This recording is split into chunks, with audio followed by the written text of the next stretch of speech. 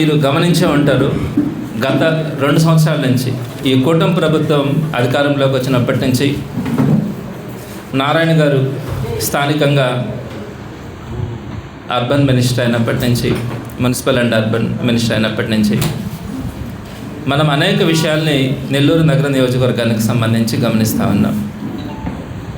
మీరందరూ కనుక గమనిస్తే ఒక విచ్చలవిడితనం నెల్లూరు నగరంలో పెరిగిపోయింది.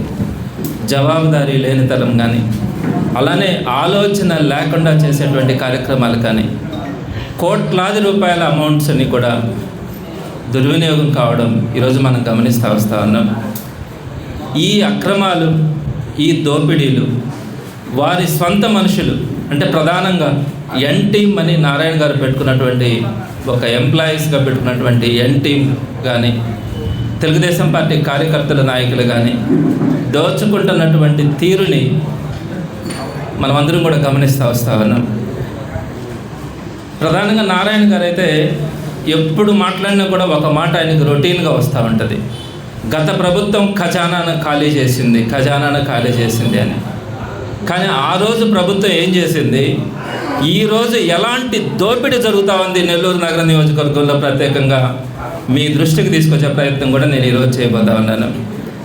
అన్ని విషయాల్లో కూడా స్మార్ట్ స్ట్రీట్ వెండింగ్ ప్రాజెక్ట్ అని జాఫర్ సాహెబ్ కెనాల్ దగ్గర పెట్టినటువంటిది కానీ, పెయింటింగ్స్ విషయంలో కూడా ఎంత దోపిడీ జరుగుతూ ఉందంటే పెయింటింగ్స్ పేరుతో అనేది కానీ, ట్రాఫిక్ సిగ్నల్స్ కానీ, బయో టాయిలెట్స్ విషయంలో కానీ, చెత్తను తీసుకెళ్లే ట్రాక్టర్స్ విషయంలో కానీ, పనులు చేయకుండా బిల్స్నే క్లెయిమ్ చేయడంలో కానీ, దోమల పేరుతో దోపిడీ కానీ, సిల్ట్ను తీసేయడంలో కూడా గోల్మాల్ చేయడం కానీ, ఎండ్ టు ఎండ్ రోడ్డు విషయంలో జరుగుతున్నటువంటి అక్రమాలు కానీ, లెక్క పక్కా లేకుండా చేస్తున్నటువంటి 100 కోట్ల రూపాయల నామినేటెడ్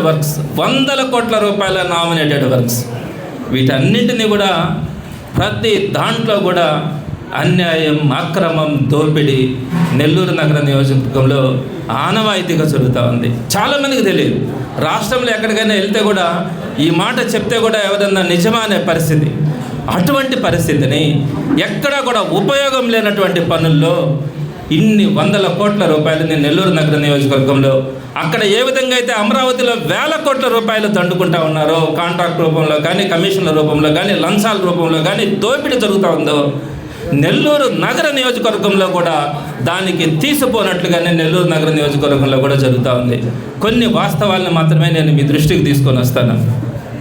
నేను లాస్ట్ టైం కూడా జాఫర్ సాహెబ్ కెనాల్ విషయంలో కానీ, విఆర్ కాలేజీ విషయంలో కానీ జరుగుతున్నటువంటి అన్యాయాల్ని, అక్రమాల్ని వాస్తవంగా ఎవిడెన్సెస్తో సహా మీ అందరికీ కూడా చూపించడం జరిగింది. మరి ఈరోజు నేను ప్రధానంగా చెట్ల మీద జరుగుతున్నటువంటి ఈ అన్యాయం, అక్రమం గురించి నేను మీ దృష్టికి తీసుకొని వస్తాను.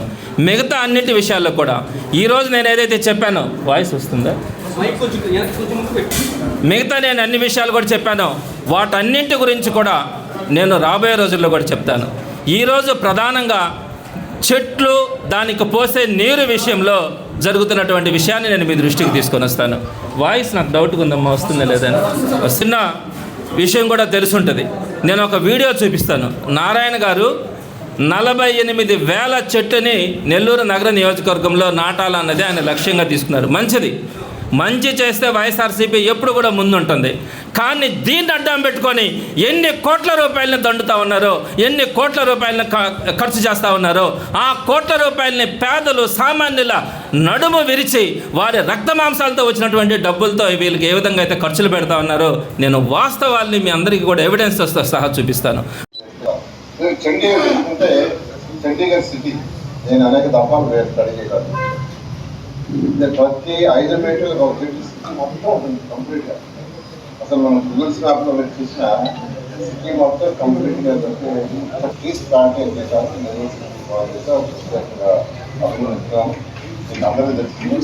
పాయింట్ ఆయన మెన్షన్ చేయడం జరిగింది. దాంట్లో మొట్టమొదటి పాయింట్ 48,000 చెట్లని నెల్లూరు నగర నియోజకవర్గంలో మేము అన్నీ కూడా నాటాలని ప్రయత్నించామన్నారు. మంచిది. హార్టికల్చర్ డిపార్ట్మెంట్ నుంచి మీరు చెట్లు తీసుకొని వచ్చి ఏదైతే మనం ఇంతకు ముందులాగా చెట్లు వేస్తామో, లేదా ఎవరైనా ముందుకు దాతలను కూడా తీసుకొని వచ్చి వాళ్ళందరినీ ఇన్వాల్వ్ చేస్తే మంచిదే. కానీ ఇక్కడ జరుగుతున్నటువంటి దోపిడీ గురించి నేను మీకు చెప్తాను.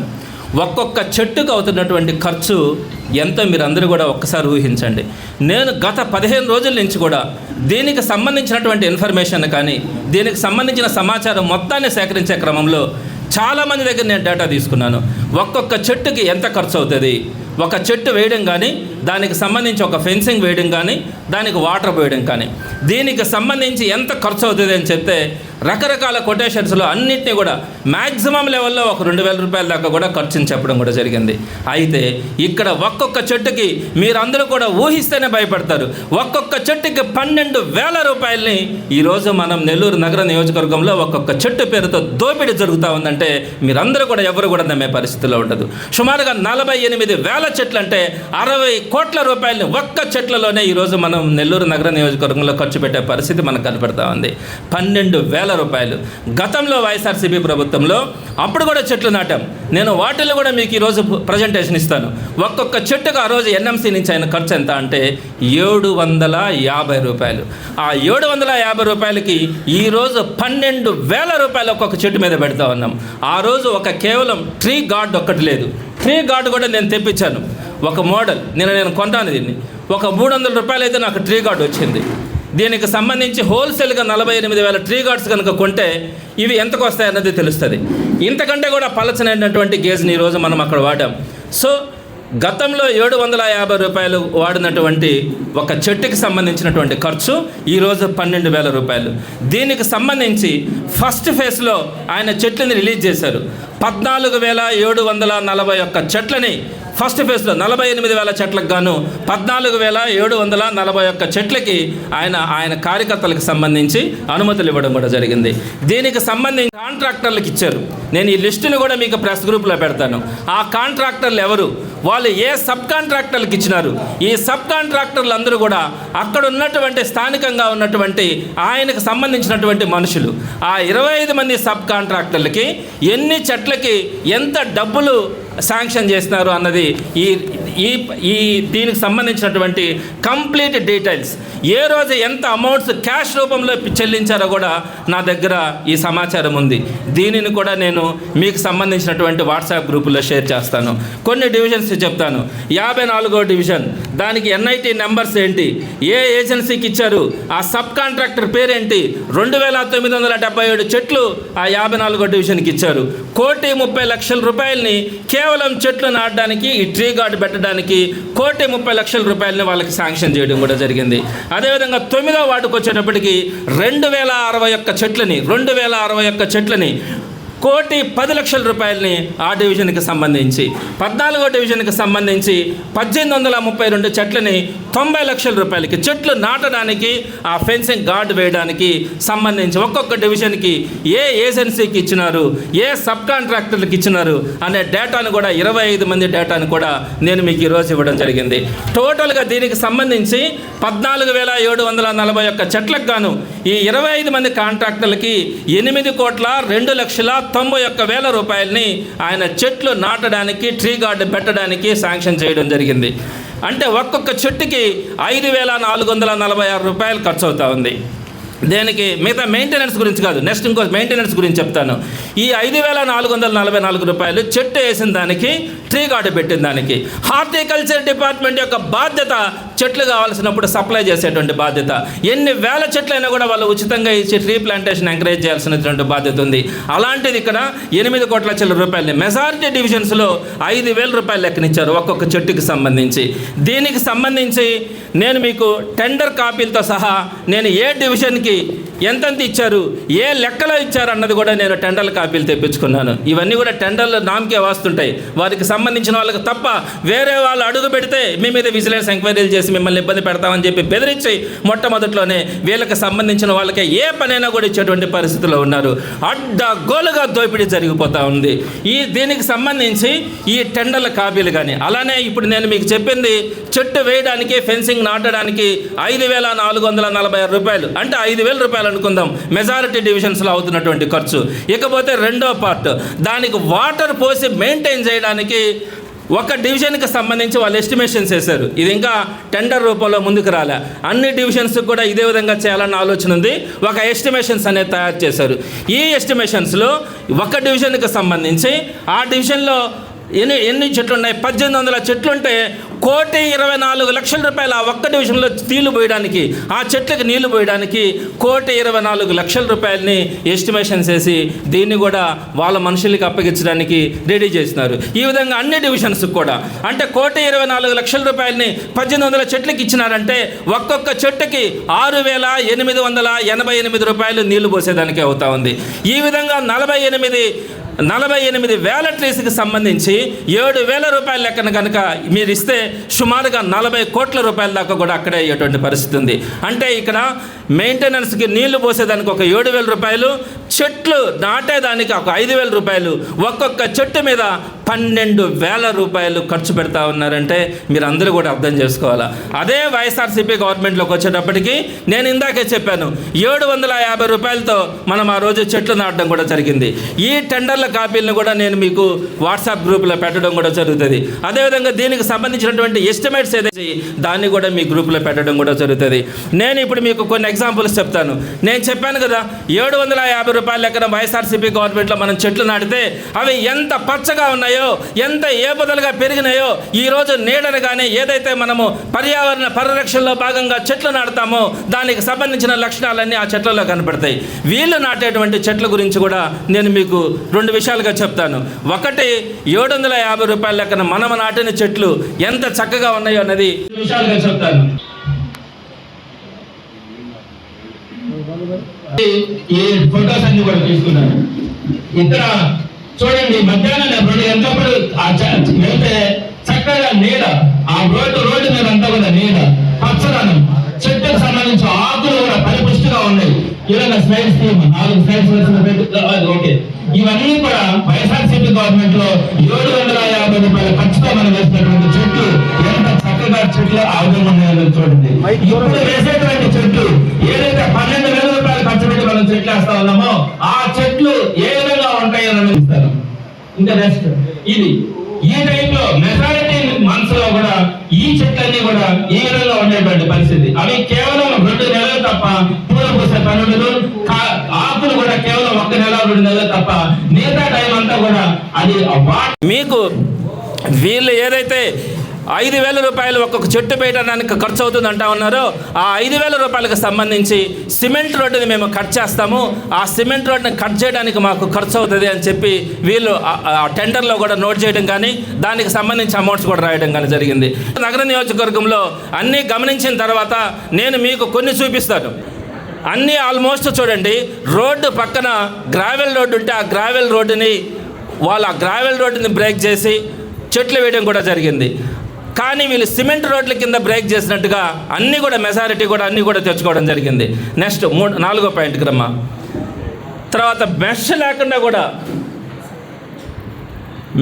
లేకుండా చాలా దగ్గరలో నాకు చెట్లు కనిపించాయి. అంటే మెష్తో కలిపి వాళ్ళు ఇవ్వాల్సి ఉంటే మెష్ లేకుండా మీరు చూడండి, నేను కింద ఆ జియో ట్యాగ్ కూడా ఇచ్చాను, లొకేషన్ ఎక్కడ తీసామని అన్నది. ఆల్మోస్ట్ నాకు అన్నీ కూడా అలానే కనిపించాయి. ఆ కింద మీకు ఏ లొకేషన్స్లో తీస్తా ఉన్నాను చూపించమ్మా. వితౌట్ మెష్తో నాకు ఆల్మోస్ట్ అన్నీ అలానే కనిపించాయి. తర్వాత ఐదో స్లైడ్కి రమ్మా, 5వ పాయింట్ కదా. చాలా ఏరియాస్లో మన దగ్గర మీకు తెలుసు 12 అడుగుల రోడ్లు, చిన్న రోడ్లు ఉంటాయి. కేవలం వీళ్ళు ఏంటంటే డబ్బుల కోసం ఒక్కొక్క చెట్టుకు 12,000 రూపాయలు వస్తుందని అది 12 ఫీట్ రోడ్స్ అండి. అయ్యి 12 ఫీట్ రోడ్స్లో 2 పక్కల చెట్లు వేశారు. ఏమన్నా ఉండేదానికి అవి మీరు ఒకసారి చూడండి. 2 పక్కల చెట్లు వేస్తే 12 అడుగుల రోడ్లకి 2 పక్కల చెట్లు వేస్తే ఆ 2 స్లైడ్స్ చూపించమ్మా. ఈ విధంగా ఎక్కడైనా ఉంటాయా? నెక్స్ట్ 6వ నెంబర్కి వెళ్ళండి. కొన్ని దగ్గరలో ఓన్ ల్యాండ్స్ ఉంటాయి, చెట్లు వాళ్ళ సొంత ఇళ్లలోకి వెళ్ళి సొంత ఇళ్లలో కూడా చెట్లు వేసేసి వాటిని కూడా క్లెయిమ్ చేసుకున్నటువంటి పరిస్థితి.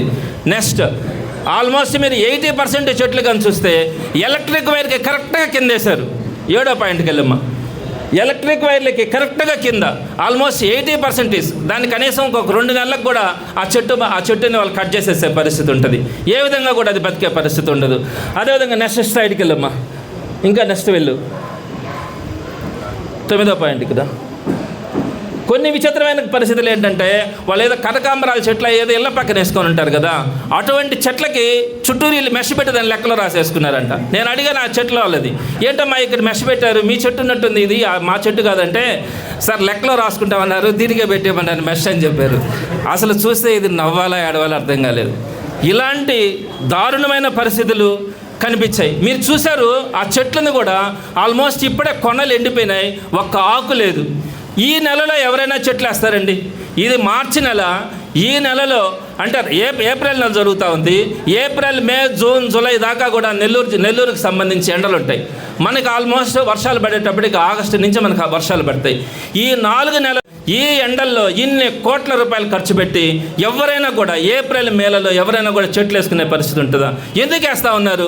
కేవలం ఏంటంటే ఆ కాంట్రాక్టర్లు ఇచ్చినటువంటి ఒత్తిడి, మాకు ఖచ్చితంగా ఈ కార్పొరేషన్ ఎలక్షన్స్ అయ్యే లోపల, ఈ కార్పొరేషన్ టైం పూర్తయ్యే లోపల మాకు కావాల్సినటువంటి అమౌంట్స్ కావాలా అని చెప్తే వారి కోసం, వారిని సాటిస్ఫై చేయడానికి కోసం ఇన్ని కోట్ల రూపాయలకు సంబంధించి 48,000 చెట్లకు సంబంధించి అయితే వీళ్ళు అనుకున్న లెక్కల ప్రకారమే కనుకైతే 60 కోట్ల రూపాయలు ఖర్చు అవుతుంది. ఈ 60 కోట్ల రూపాయలని కేవలం మీకు సంబంధించిన మనుషులకు అప్పగించుకోవాలన్న ఉద్దేశంతో అడ్డు అదుపు లేకుండా వారికి సంబంధించి ఎక్కడ పడితే అక్కడ చెట్లు వేసుకోండి.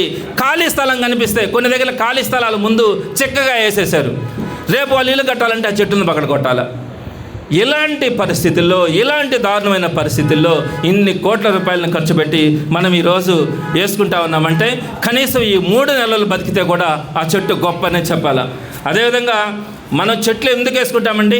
జనరల్గా ఎవరైనా కూడా అందరికీ కూడా అర్థమయ్యేటువంటిది, అశోకుడి కాలం నుంచి మనం చెట్లు వేస్తూనే ఉన్నాం. కొత్తగా ఇప్పుడు వేసింది అయితే కాదు, ప్రతి గవర్నమెంట్లో కూడా వేస్తాం. దానికి ఒక పద్ధతి ఉంటుంది.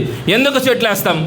ఆక్సిజన్ పెరగాలని, కార్బన్ డైఆక్సైడ్ తగ్గాలని, కాలుష్య నివారణ జరగాలని, నైట్రోజన్ డైఆక్సైడ్ కానీ సల్ఫర్ డైఆక్సైడ్ కానీ అవి తగ్గడం వల్ల ఊపిరితిత్తుల సమస్యలు వస్తాయి, అవి తగ్గాలని, పట్టణ ఉష్ణోగ్రతలు కొంచెం తగ్గడం కానీ, రోడ్డు మీద హీట్ రిఫ్లెక్షన్, ఏదైతే సిమెంట్ రోడ్ల మీద కానీ తార్ రోడ్ల మీద కానీ ఎండపడి మొహాలకు తగిలి హీట్ రిఫ్లెక్షన్స్ వస్తాయని చెప్పి ఆ హీట్ రిఫ్లెక్షన్స్ని కంట్రోల్ చేయడానికి కానీ, వర్షపు నీళ్లు భూమిలోకి ఇంకాలని కానీ, సౌండ్ పొల్యూషన్, వెహికల్ నాయిస్ తగ్గడానికి కానీ, అలానే మనకు అందరికీ కూడా వాకింగ్ కల్చర్ పెరగాలని, అందరికీ కూడా ప్రజలందరికీ కూడా ఆరోగ్యం ఉండాలని ఈ 9 పాయింట్ల కారణాలతో మనము చెట్లు వేసుకోవడం కూడా జరుగుతుంది. మీరు ఒక్కసారి ఆలోచించండి, ఆకులు లేని ఈ చెట్లు, ఆకులు లేని నీడనివ్వని, ఆక్సిజన్ తయారు చేయని, కార్బన్ డైఆక్సైడ్ని పీల్చుకొని నైట్రోజన్ డైఆక్సైడ్ కానీ సల్ఫర్ డైఆక్సైడ్ కానీ వీటన్నిటి కూడా కంట్రోల్ చేయలేనటువంటి, వాతావరణ పరిస్థితులను కంట్రోల్ చేయలేనటువంటి ఇటువంటి చెట్లు కేవలం 2 నెలలు, ఫిబ్రవరి, మార్చి నెలలో మాత్రమే దాంట్లో పూలు పోస్తాయి. ఇవి ఎక్కడో వేశారంటే చండీగఢ్లో వేశారంట, లేదా యూకేలో వేశారంట. అక్కడ వాతావరణ పరిస్థితులు వేరు, అక్కడ చల్లదనం వేరు, ఇక్కడ ఉన్నటువంటి పరిస్థితులు వేరు. ఈ వాతావరణానికి సంబంధించి ఆకులు లేని, పూలు లేని ఈ చెట్లు, కేవలం 2 నెలల పూలు, 2 నెలల ఆకులు మాత్రమే ఉండేటువంటి ఈ చెట్లు, మిట్ట ఎండాకాలం అయితే జనవరి నుంచి మే దాకా ఫిబ్రవరి నుంచి మే దాకా అయితే దానికి ఆకులు కానీ పూలు కానీ ఏమీ ఉన్నటువంటి పరిస్థితి ఉంటుంది. ఇట్లాంటి పరిస్థితుల్లో ఇలాంటి చెట్లను మనం నెల్లూరులో కోట్ల రూపాయలు ఖర్చు పెట్టేసుకొని ఎవరికి ఉపయోగం, దేనికోసం మనం చేస్తా ఉన్నాం అన్నది మీరు ఒక్కసారి ఆలోచించుకోవాలా. 3 కండిషన్స్ని మనం గట్టిగా కూడా చెట్లు వేసేటప్పుడు పాటించాల్సినటువంటి పరిస్థితి ఉంటుంది. ఒకటి, కాంపౌండ్ వాళ్ళకి కొంచెం కానీ గ్యాప్ ఇవ్వగలగాలి, లేకుంటే కాంపౌండ్ వాళ్ళు బ్రేక్ అవుతుంది. రెండోది వచ్చేటప్పటికి ఎలక్ట్రిక్ పోల్కి కరెక్ట్గా కింద వేయడం కూడా కరెక్ట్ కాదు. మూడోది, కింద వాటర్ పైప్ లైన్ కొనుక్కుంటే ఆ వాటర్ పైప్ లైన్ తప్పించి మనం వేసుకోవాల్సిన పరిస్థితి. ఈ 3 కండిషన్స్ని మీరు ఫాలో అయినారంటే అది కూడా ఫాలో కానటువంటి పరిస్థితి. ఇకపోతే నేను మీకు ప్రధానంగా మీకు కొన్ని విషయాలు కూడా మీ దృష్టికి తీసుకొని వస్తాను. ఓకే, మంచిదే అనుకుందాం. అంటే మీరు డబ్బులు ఇంత విచ్చలవిడతనంతో ఖర్చులు పెడతా ఉన్నారు, ఇవన్నీ కూడా ఓకే అనుకుందాం. అసలు ఏం జరుగుతూ ఉందండి నెల్లూరు నగర నియోజకవర్గంలో? మీ అందరికీ తెలుసండి ఎంత దోపిడీ జరుగుతూ ఉందంటే, పేదవాడు సామాన్యుడు బతికేటువంటి పరిస్థితి ఈరోజు లేదని చెప్తా ఉన్నాను. దీనికి నేను కొన్ని ఎగ్జాంపుల్స్ చెప్తాను. మీరు డబ్బులు ఖర్చు చేయండి, మీ కార్యకర్తలకు మీరు ఇచ్చుకోండి, మీరు ఏమైనా చేయండి, కానీ పేదవాళ్ళ మీద, సామాన్యుల మీద పడి ఆ విధంగా మీరు వాళ్ళని ఇబ్బంది పెట్టడం కానీ ఇది ధర్మం కాదు. ప్రజాస్వామ్యంలో ప్రజాప్రభుత్వాలు చేయాల్సినటువంటి పనులు ఇవి కాదని మాత్రం నేను స్పష్టంగా చెప్పదలుచుకున్నాను. మచ్చుకి కొన్ని ఎగ్జాంపుల్స్ మీకు చెప్తాను. ప్రతి ఇంటిలో కూడా ఇదే సమస్య ఉంది, ప్రతి షాపులో కానీ ప్రతి కమర్షియల్ షాపుల్లో కూడా సమస్యలు ఉన్నాయి, పేదవాడికి కూడా ఈ సమస్యలు ఉన్నాయి. ఈ సమస్యలను నేను మీ కొన్నింటి మీ దృష్టికి తీసుకొని వస్తాను. ఎలాంటి దోపిడీ నెల్లూరు నగర నియోజకవర్గంలో జరుగుతూ ఉందన్నది. ఒకటి, 13వ నెంబర్ చూపించమ్మా. ఇక్కడ ఒక పేరు మేక అనసూయమ్మ, ఈ పేరుకి సంబంధించి ఒక నోటీస్ ఇచ్చారండి. 2013 నుంచి రెండు ఉన్నాయి, ముందు ఒకటి చూపించు. 2013 నుంచి ఆయన వాటర్ ట్యాక్స్ కట్టలేదని చెప్పి వాళ్ళకి నోటీసులు ఇచ్చారు. 13 సంవత్సరాల నుంచి మీరు కట్టలేదు, మాకు 24,600 రూపాయలు కట్టమని చెప్పి నోటీస్ ఇచ్చారండి. 24 ఇవన్నీ ప్రతి దగ్గర ఉండే సమస్యలు. అసలు వాళ్ళు 3 సార్లు కార్పొరేషన్ ఆఫీస్కి వెళ్ళి, అయ్యా మాకు ట్యాపే లేదయ్యా, ఇన్ని సంవత్సరాల నుంచి మాకు బోర్ ఉంది, ఆ ఇల్లు చూపించాను నేను మీకు, రేకులు ఇల్లు చిన్నది వెంకటేశ్వర మెరియా, అక్కడ వాళ్ళకి బోర్ వేసుకొని ఉన్నారు, ఇంట్లో హ్యాండ్ బోర్ వేసుకొని ఉన్నారు, మాకు ట్యాపే లేదయ్యా. మా వాళ్ళు ఎప్పుడో 13 సంవత్సరాల క్రితం ఒక అప్లికేషన్ పెట్టుకున్నారంట, ఆ అప్లికేషన్ పెట్టుకున్నప్పుడు వాళ్ళు ట్యాప్ కనెక్షన్ ఇవ్వాలంటే ఒక 5,000 రూపాయలు అడిగితే 5,000 రూపాయలు మాకు లేక మేము ఆ రోజు చేయించుకోలేదు. ఈ రోజు దాకా 13 సంవత్సరాలు కాదు కదా, మాకు అసలు ట్యాపే లేదని చెప్తే కూడా వినకుండా మీరు కనుక ఇది కట్టకపోతే లోక్ అదాలత్కి వచ్చి కోర్టులో నిలబడాలా, మీరు జైలుకు వెళ్ళాలా అని చెప్పి 26,000 రూపాయలు కట్టమని చెప్పి ప్రతి ఇంటిలో కూడా ఈ గోడ ఈరోజు మనకు కనపడతా ఉంది. నేను మీకు దాంట్లో ఎందుకు చూపిస్తా ఉన్నానంటే, అక్కడ వాళ్ళకు ఉన్నటువంటి ట్యాప్ కనెక్షన్ లేదు, చిన్నది 1 సెంట్ స్థలంలో రేకులు ఇల్లు ఉన్నటువంటి పరిస్థితి ఉంది. అదేవిధంగా మీకు ఆ ఇల్లు రేకుల ఇల్లు. ఆ తర్వాత ఇంకొక ఎగ్జాంపుల్ చెప్తాను, అంటే ఒక 4-5 ఎగ్జాంపుల్స్ మాత్రం మీ దృష్టికి తీసుకొని వస్తాను. ఇక్కడ ఒక రేకుల ఇల్లు అండి, సుమారుగా ఇది కూడా చాలా చిన్నది, 12వ నెంబర్ చూపించమ్మా. ఒక చిన్న రేకుల ఇల్లు, వాళ్ళకి ప్రాపర్టీ ట్యాక్స్ పెండింగ్లన్నీ పెట్టి 25,035 రూపాయలు కట్టమన్నారండి.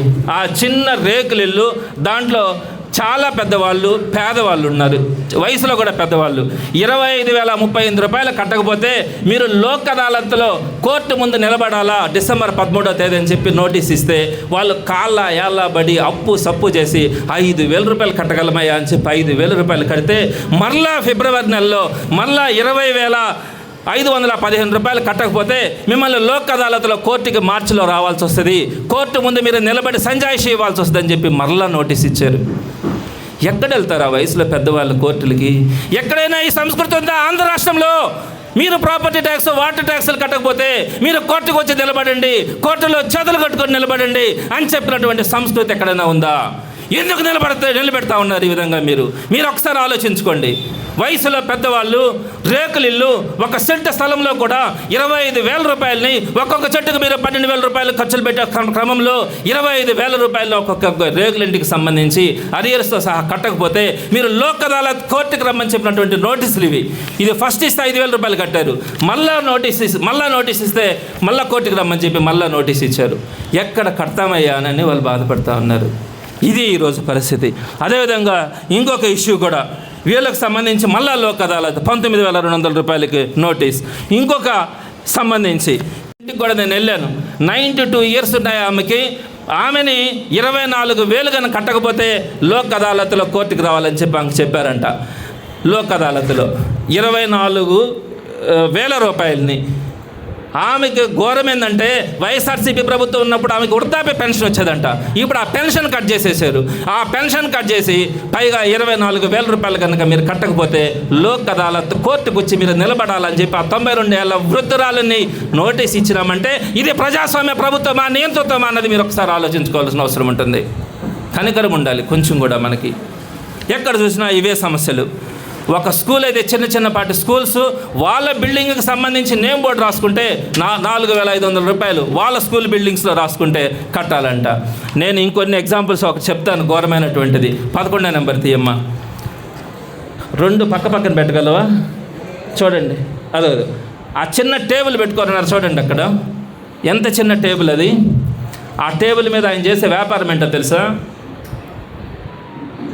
కోడిగుడ్లు అమ్ముకుంటాడంట ఉదయాన్నే. పైన ఆ టేబుల్ మీద, అక్కడ టేబుల్ మార్క్ చేశాను చూడండి, ఆ టేబుల్ మీద కోడిగుడ్లు పెట్టి ఉదయాన్నే అమ్ముకుంటాడు.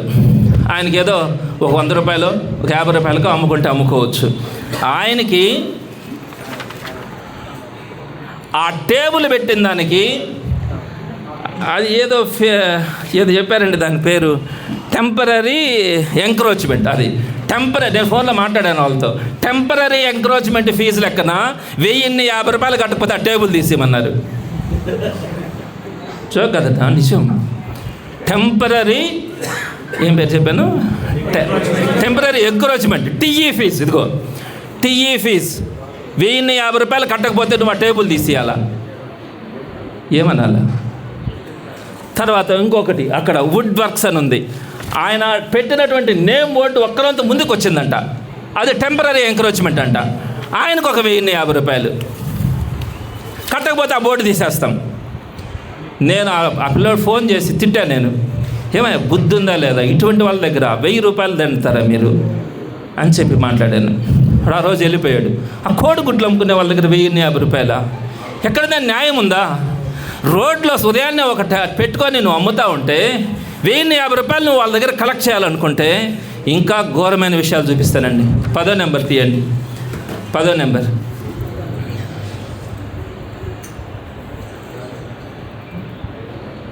చూడండి, పేదలు నివసించే ఏరియాలో వాళ్ళకు ఒక ట్యాప్ ఫీజులు కట్టలేదని నిర్దాక్షిణ్యంగా వాళ్ళకి డమ్మీలు కొట్టేశారు. ఇది ముందుకెళ్ళమ్మా, డమ్మీలు కొట్టేశారు. అంటే దాని పైపులు కట్ చేసి డమ్మీలు బిగించేశారు, నీళ్ళు ఇళ్ళలోకి పోకుండా. నెక్స్ట్ 2వ స్లైడ్కి వెళ్ళమ్మా. వాళ్ళిద్దరూ వీడియో కూడా ఉంది నా దగ్గర, ఎంత బాధపడ్డారంటే, అయ్యా ఇదిగో ఆ ముందు పక్క డమ్మీ కొట్టేసినారు, ఆడ డమ్మీ కొట్టారు, ఇటుపక్క డమ్మీ, అదే అక్కడ ఆ డమ్మీ కొట్టేశారు, నీళ్ళు లోపలికి రావడంలే, మేము ఈ వయసులో బయట వెళ్ళి ఎక్కడ నీళ్ళు తెచ్చుకోవాలయ్యా అని వాళ్ళు బాధపడుతున్నారు. 350 రూపాయలు కట్టుకునే స్తోమత లేని పేదల దగ్గర డబ్బుల దండకం కోసం వాళ్ళకి నీళ్ళు ఇవ్వడైనటువంటి పరిస్థితిలో ఈ ప్రజాస్వామ్య దేశం ఉందంటే మనం సిగ్గుపడాల్సినటువంటి విషయం కాదా? నెక్స్ట్ వీడియోకి వెళ్ళమ్మా. ఒక ఆమె దగ్గర నేను ఇంటర్వ్యూ తీసుకున్నా. ఆమెకి ఇంటి ముందు నీళ్లు రాకుండా, వాటర్ రాకుండా డమ్మీ కొడితే ఆమె నేను అడిగాను, ఎందుకమ్మా ఈ బాధ నీకంటే ఆమె మాట్లాడినటువంటి మాట వినండి. పెట్టమ్మా, ప్లే చేయి.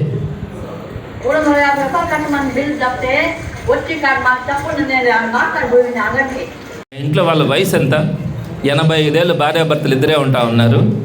లోపలికి నీళ్లు రానికుండా బయట డమ్మీ కొట్టి పారేస్తే మీ చాతకాంతనం వల్ల నెల్లూరు రోడ్లలో ఎంతంత నీళ్ళు రోడ్ల మీద పారుతా ఉన్నాయి మీరు ఒకసారి గమనించండి, వాళ్ళ యొక్క ఇన్ఎఫిషియన్సీ వల్ల. కానీ అవసరమైనటువంటి పేదవాళ్ళకి గుక్కిడి నీళ్లు పోకుండా మీరు డమ్మీలు కొడతా ఉన్నాడు ఈ కమిషనర్. ఇళ్లలోకి నీళ్లు పోకుండా డమ్మీలు కొడతా ఉన్నాడు. ఇది ప్రజాస్వామ్యంలో మంచిది కాదు. పేదవాళ్ళని గుర్తుపెట్టుకున్నటువంటి ఏ ప్రజాస్వామ్యంలో ఉన్నటువంటి రాచరిక ప్రభుత్వాలు కూడా నిలబడినటువంటి దాఖలాలు లేవు. మీరు గుర్తుపెట్టుకోవాలా, పేదలు ఎవరు, సామాన్యులు ఎవరో మనం గుర్తుపెట్టుకోకపోతే పుట్టగతులు ఉండవని కూడా తెలియజేస్తా ఉన్నాను. ఇది నెల్లూరులో ఉన్నటువంటి పరిస్థితి. మనం జనరల్గా కాలేజీలో ఫీజులు కట్టకపోతే హాల్ టికెట్లు ఇవ్వం, ఓకే, నాకు కాలేజీ ఉంది, కాలేజీలకు కూడా రానివ్వకపోవచ్చు, ఓకే. కానీ ట్యాపుల కనెక్షన్ కట్ చేసేది ఏంటండి? నీళ్ళకి కావాల్సినటువంటి వృద్ధుల దగ్గర వాళ్ళ దగ్గర డమ్మీలు కొట్టేది ఏంటండి? 350 రూపాయలు కట్టించుకోలేనటువంటి స్థితిలో 12,000 రూపాయలు ఒక్కొక్క చెట్టు వాళ్ళ ఆ పేదలకు ఏం అవసరం అండి? వాళ్ళ ఇళ్ళ ముందు పేదవాళ్ళకి చెట్లు వేసినాము, నీళ్ళు ఇవ్వలేని వాళ్ళము చెట్లు ఇచ్చి ఏం ఉద్ధరిస్తాం? ఆ చెట్లు కూడా పూల చెట్లు వేసి ఏమి సాధిస్తాం? ఎవరిని ఉద్ధరించడానికి సాధిస్తా ఉన్నాం అని మనం గమనించుకోవాలా. సిఎస్ఆర్ ఫండ్స్ని కూడా కొంతమంది వస్తున్నాయి, సిఎస్ఆర్ ఫండ్స్ని కూడా కొంత వాడుతూ ఉన్నామంటారు. సిఎస్ఆర్ ఫండ్స్ అయినా కూడా బాధ్యతగా కలెక్టర్ గారి బాధ్యతతో వాటిని ప్రజా ఉపయోగాలకు మాత్రమే వాడాల్సినటువంటి అవసరం ఉంటుంది. కానీ నేను ప్రభుత్వంలో ఉన్నప్పుడు సిఎస్ఆర్ ఫండ్స్ వస్తే దాన్ని ఇష్టారీతిలో ఖర్చు పెడతామనే హక్కు కూడా ఎవరికి ఉండదు. సిఎస్ఆర్ ఫండ్స్ ఇవ్వాల్సినటువంటి బాధ్యత కంపెనీల మీద ఉంటుంది 2%. అది ప్రాపర్గా ఖర్చు పెట్టాల్సినటువంటి బాధ్యత కూడా కలెక్టర్ల మీదనే ఉంటుంది, కలెక్టర్ల ద్వారానే చేయాల్సినటువంటి పరిస్థితి ఉంటుంది. మరి ఆ సాకులు పెట్టుకొని ఈ సాకులు పెట్టుకొని మనం దుర్వినియోగం చేస్తామంటే అయ్యే పని కాదు. మీకు ఇంకొక 2 విషయాలు కూడా మీకు ఒక విషయం చెప్తా ఉన్నాను. అమరావతిలో దోపిడీ మీ అందరికీ కూడా తెలిసిందే, ఎంత దోపిడీ జరుగుతూ ఉంది అన్నది. అమరావతిలో జరుగుతున్నటువంటి పాపాలకి రేపొద్దున మనమంతా, మన బిడ్డలు కూడా మనం భరాయించాల్సినటువంటి పరిస్థితి ఉంది. ఏం చేస్తూ ఉన్నాం? ఒక్కొక్క చదరపు అడుగుకి 14,796 రూపాయల ఖర్చుతో అక్కడ అమరావతిలో ఖర్చు పెడతా ఉన్నారు. మీరు ఎక్కడైనా తీసుకోండి, నెల్లూరులో 3,000, 4,000, 7,000 రూపాయలు కనుక ఒక అపార్ట్మెంట్లో ఎస్ఎఫ్టీ కనుక్కుందంటే అది ఎక్స్ట్రీమ్ అపార్ట్మెంట్. 7,000 రూపాయలకు కొనుక్కున్నామంటే దానికి కన్స్ట్రక్షన్కి అయ్యే కాస్ట్ 4,000 రూపాయల నుంచి 4,500 రూపాయలకి 5 స్టార్ ఫెసిలిటీస్ ఇచ్చినా కూడా కుదరినటువంటి పరిస్థితిలో 14,796 రూపాయల లెక్కన మనం అక్కడ 52 లక్షల చదరపు అడుగులకు ఇచ్చినాం. ఆ విధంగా 55,000 కోట్ల రూపాయల మొబిలైజేషన్ ఫండ్స్తో అక్కడ సుమారుగా 4,400 కోట్లు. ఏ విధంగా సరే ఇవన్నీ కూడా తీసేయండి. అమరావతిలో ఎంత చెప్పుకున్నా తక్కువేనండి, వేల కోట్ల రూపాయలండి. సరే అది ఆ అమరావతిని తీసి పక్కన పెడితే మా నెల్లూరు పరిస్థితులు కనుక తీసుకుంటే దానికి తీసిపోయినటువంటి విధంగా పేదల దగ్గర నుంచి డబ్బులు కలెక్ట్ చేసి ఈ విధంగా ఇష్టారాతిన దోచిపెట్టేటువంటి పరిస్థితి. నేను ఒకటే చెప్తా ఉన్నా, నారాయణ గారు మీరంటే నాకు గౌరవం, మీరు నాకు గురువు గారు కూడా అవుతారు. నేను మిమ్మల్ని వ్యక్తిగతంగా కూడా ఎక్కడ కూడా మాట్లాడాలని కూడా లేదు. నేను మాట్లాడిన దాంట్లో వాస్తవాలు ఉన్నాయా లేదా ఒకసారి చూడండి. లేకపోతే మీరు కనుక తిట్టించడాలు గిట్టించడాలు చేస్తే ఇందాక నేను ఏవైతే చెప్పినానో అన్నింటిలో ప్రతి దాంట్లో ఏ విధమైనటువంటి అక్రమాలు జరుగుతూ ఉన్నాయో నేను చాలా వరకు కూడా ఓర్పు పెట్టాను. వాటన్నింటినీ కూడా ప్రజల దృష్టికి తీసుకెళ్తాను. ఏ విధంగా జరుగుతూ ఉన్నాయి, ఒక్కొక్క కార్యక్రమంలో ఏ విధంగా దోచిపెడతా ఉన్నారు. మీకు సంబంధించిన మనుషులకు మాత్రమే ఈ ప్రభుత్వాలు నడుస్తున్నట్టుగా జరుగుతూ ఉంది. వీటన్నింటినీ కూడా నా దగ్గర ఎవిడెన్సెస్ లేకుండా నేను ఏది మాట్లాడేటువంటి పరిస్థితి లేదు. ఈ ఒక్క ప్రెస్ మీట్ పెట్టడానికి నేను 15 రోజుల నుంచి మొత్తం ఇన్ఫర్మేషన్స్ అంతా కూడా గ్యాదర్ చేసినాను. ఈరోజు రేపు మెయింటెనెన్స్కి వాళ్ళు ఏదైనా కొంచెం తగ్గించవచ్చు కూడా, ఎందుకంటే ఎలిగేషన్స్ వచ్చినాయి కాబట్టి. ప్రతిదీ కూడా నేను ఎవిడెన్స్ తీసుకొని నేను మాట్లాడినటువంటి ప్రతి మాటకి నేను స్వయంగా నిన్న కారులో తిరిగి నా పక్కన ఫోటోగ్రాఫర్ని పెట్టుకొని ఫోటోలు తీసుకొని కింద జియో ట్యాగ్ లొకేషన్స్ సహా తీసుకొచ్చుకున్నాను. ఇది నెల్లూరులో ఉన్నటువంటి పరిస్థితి. ఒక్కసారి మీరు కూడా అందరూ కూడా ఆలోచించాలా, మార్పు రావాలని మాత్రమే కోరుకుంటా ఉన్నాం. వాళ్ళ మనసులు మారాలా, ప్రజల పక్షాన్ని ప్రభుత్వాలు ఉండాలా అన్నది మాత్రమే అందరి కోరిక అని కూడా తెలియజేస్తా ఉన్నాను. వాళ్ళకి అధికారం ఉంది, మేము మాట్లాడతామని మా మీద కేసులు పెట్టడం, లేకుంటే నా మీద పెట్టలేకపోతే నా దగ్గర పనిచేసే కార్యకర్తలు నాయకులు ఉంటారు కదా, వాళ్ళ ఇల్లును ధ్వంసం చేయడం, వాళ్ళకి ట్యాక్సులు పెంచడం, వాళ్ళకు వచ్చేటువంటి కట్ చేయడం, ఇవి చేస్తూ ఉంటారు. కానీ చాలా వరకు ఓర్పు పడుతూ ఉన్నాం. వీటిల్ని ఇంకా సాక్ష్యాలతో సహా ప్రజల దగ్గర నుంచి తీసుకొని వెళ్ళి ప్రజలలో నుంచే వారిని నిలదీసే రోజు తీసుకొచ్చేదానికి మాత్రమే వైఎస్ఆర్సీపీ ప్రయత్నిస్తుంది. తప్పకుండా కూడా ఆ పాత్ర నేను పోషించడంలో ఎన్ని అడ్డంకులు వచ్చినా ఎన్ని కష్టాలు వచ్చినా ప్రజల తరపున సామాన్యుల పట్ల నిలబడి పోరాడడానికైతే నేను ఎప్పుడు కూడా సిద్ధంగానే ఉంటాను. రాబోయే రోజుల్లో కూడా ఈ కార్యక్రమాన్ని ముందుకు తీసుకెళ్ళడం కూడా జరుగుతుంది.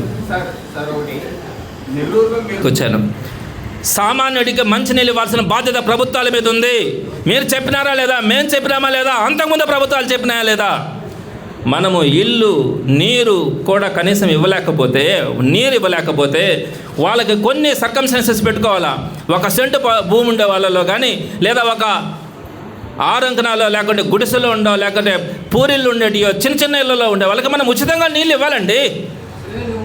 వేయండి, మా మీద వేయండి, లేకుంటే ట్యాక్సులు కడితే కట్టుకోగలం, చేస్తాం. పేదవాళ్ళకు నీళ్ళు కూడా ఇవ్వమా? నెక్స్ట్ లేనటువంటి ట్యాక్సుల్ని 2013 నుంచి ఇప్పుడు దాకా మీరు లెక్కలేసి వాళ్ళందరినీ కోర్టుకి ఇచ్చినటువంటిది ఏంటండి? కోర్టుకి పిలిచేది ఏంటి? మీరు ట్యాక్స్లు ఏంటి? ఆ ప్రాపర్టీని వాడు అమ్ముకోవాలంటే అది కట్టి అమ్ముకోవాల్సి వస్తుంది అని చెప్పి డిమాండ్లు పెట్టండి. మీరు ఇంట్రెస్ట్లు వేస్తారు. లోక్ అదాలత్కి పిలిచి ఎండల్లో నిలబెట్టేది ఏంటండి? ఇది ఎక్కడైనా ఉందా? ఏ ప్రభుత్వంలోనైనా ఉందా?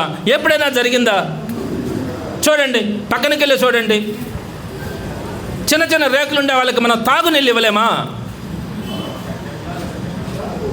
తర్వాత